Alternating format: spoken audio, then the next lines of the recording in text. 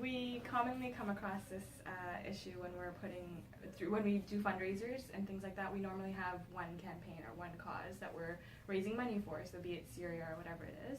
And sometimes donors add on their own cause. So I just wanted to get your perspective on, I know of course we should always honor the donor's true intention, but if there is a real emergency need for one cause and someone saying, no, I want my money to go somewhere else, how would you prioritize? Okay. First of all, try as much as you can not to be driven by the donor. This was happening in a lot of organizations in different countries, and they are responding to the donor's wish.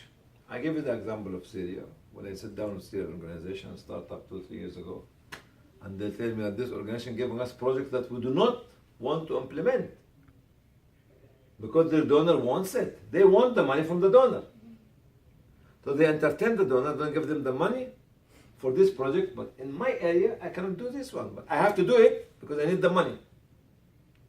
So they let the people to do a project what they don't need. Educate the donor, even if you lose the fund.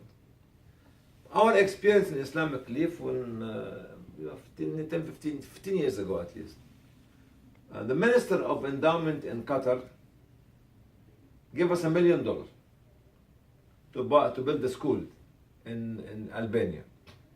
Okay? Because we told them we need to build a school there, to make a school.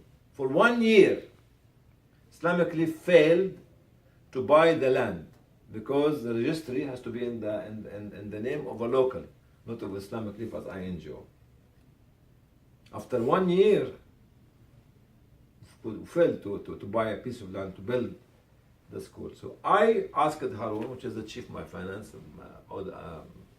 manager at that time, to give me the check back, and they went to the minister. Told them, sir, this is your money. He said, what? Nobody gave us the money back. After 1 year, I said, I failed to buy the land. This is your money back. So I told the donor at that time, I could have fooled him. It's haram.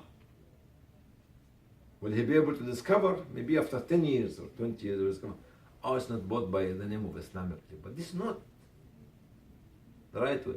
Be honest with the donor. Softly with the donor. And educate the donor.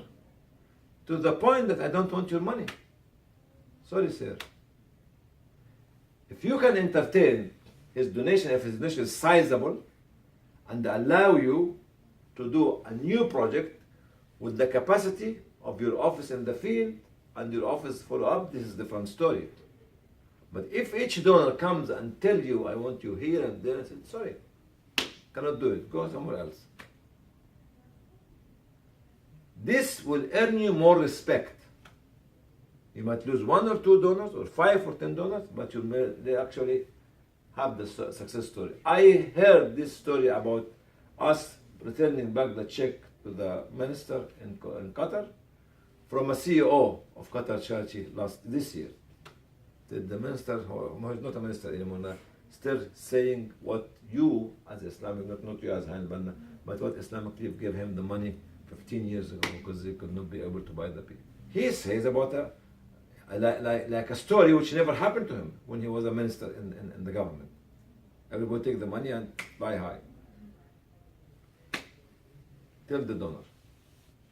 You have donor care when you get the money, but you have to have donor education before you get the money.